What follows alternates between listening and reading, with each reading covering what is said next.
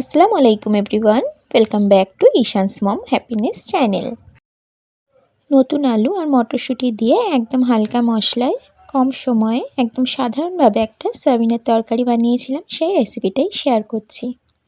এই তরকারিটা ভাত, রুটি কিংবা লুচি, পরোটা সব কিছুর সাথেই ভীষণ ভালো লাগে। রেসিপিতে চলে যাই। এখানে একটা হাঁড়ি বসিয়ে দিয়েছি, তার মধ্যে এখানে হাফ কাপ সরিষার তেল দিয়ে দিলাম। আগে থেকে একটা বড় সাইজের পেঁয়াজ কেটে রেখেছিলাম, সেটাকে দিয়ে দিলাম। পেঁয়াজটাকে একটু লাল লাল করে ভেজে নেব আমি। এটা আমি রাতে খাওয়ারের জন্য বানাচ্ছি, একদমই হালকা মশলায় রান্নাটা করব। পেঁয়াজগুলো হালকা লাল লাল করে ভাজা হয়ে গেছে। আগে থেকে কেটে ধুয়ে রেখেছিলাম আলুগুলোকে, গোটা গোটাই রেখেছি। আলুগুলোকে দিয়ে দিলাম। আলুগুলোকে একটু পেঁয়াজের সাথে ভাজা ভাজা করে নেব। এই যে পেঁয়াজের সঙ্গে আলুগুলোকে একটু ভাজা ভাজা করে নিয়েছি। এরপর সয়াবিনগুলোকে আমি 30 মিনিটের জন্য নর্মাল পানিতে ভিজিয়ে রেখেছিলাম। তারপর এইভাবে চেপে চেপে উঠিয়ে নিয়েছি পানিগুলো বার করে। তো সয়াবিনগুলোকে দিয়ে দিলাম।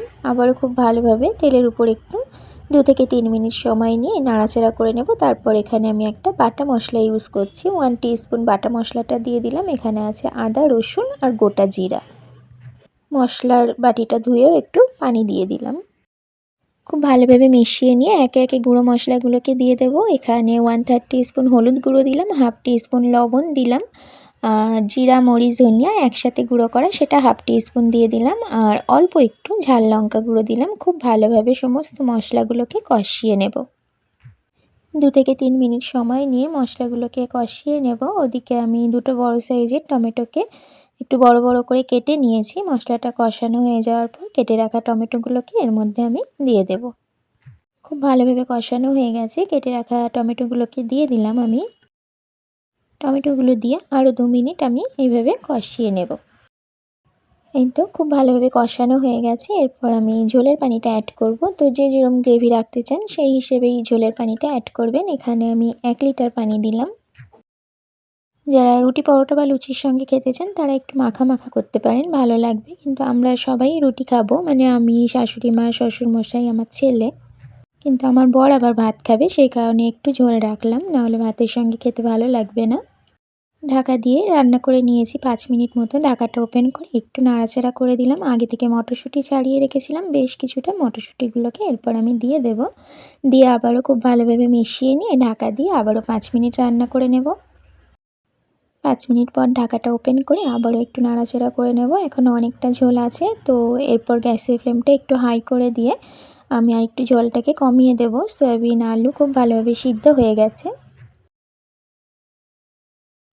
এর আগে গ্যাসের ফ্লেমটা মিডিয়ামে ছিল। তো যতক্ষণে রান্না হচ্ছে ওইদিকে আমি আটাটাকে মেখে রেখেছিলাম। আটা আর ময়দা একসাথে মেখে রেখেছিলাম। তো এদিকে রান্নাটাও হচ্ছে আর সাইডের ওভেনে আমি রুটিগুলোকেও বানিয়ে নিচ্ছি। তো এই রান্নাটা একদম কমপ্লিট হয়ে গেছে। এরকম গ্রেভি থাকতে থাকতেই আমি গ্যাসের ফ্লেমটাকে অফ করে দেব। গ্যাসের ফ্লেম অফ করে দিয়েছি। রান্নাটা একদম কমপ্লিট হয়ে গেছে। আর এদিকে একে একে করে রুটিগুলো আমার বানানো হয়ে গেছে। তো একটু দেখিয়ে দিলাম। এই সয়াবিনের তরকারিটা সেদিন সবাই বলছিল ভীষণ ভালো খেতে হয়েছে। এই যে শাশুড়ি মা একটু এখান থেকে তরকারি নিয়েছে, শাশুড়ি মার খাওয়া হয়ে গেছে। এরপর আমি খেয়ে নেব, তার আগে একটু সার্ভ করে নিচ্ছি। আজকের রেসিপি কেমন লাগলো অবশ্যই একটা কমেন্টের মাধ্যমে জানাতে পারেন। আর সয়াবিনের অনেক রকম রেসিপি আমার চ্যানেলে দেওয়া আছে, আপনারা দেখতে চাইলে আমার চ্যানেলটাকে ভিজিট করতে পারেন। আর আমি এন্ড স্ক্রিনেও দিয়ে দেবো, ওখানে ক্লিক করে নিয়েও দেখে নিতে পারবেন। একদম গরম ধোঁয়া উঠছে, দেখেই বুঝতে পারছেন কতটা লোভনীয় হয়েছে দেখতে। আর এরকম ধরনের সহজ সাধারণ রেসিপিগুলো দেখার জন্য আমার চ্যানেলটাকে সাবস্ক্রাইব করে রেখে পাশে থাকা বেল আইকনটা ক্লিক করে রাখতে পারেন। এতে করে আমি যখনই নতুন ভিডিও আপলোড করব আপনার কাছে সাথে সাথে নোটিফিকেশান পৌঁছে যাবে। যারা অলরেডি কাজটা করে রেখেছেন তাদেরকে থ্যাংক ইউ সো মাচ। আবারও দেখা হবে নতুন কোনো ভিডিওতে নতুন কোনো রেসিপির সাথে। আমি এবার খেয়ে নিই। Thank you so much for watching my video.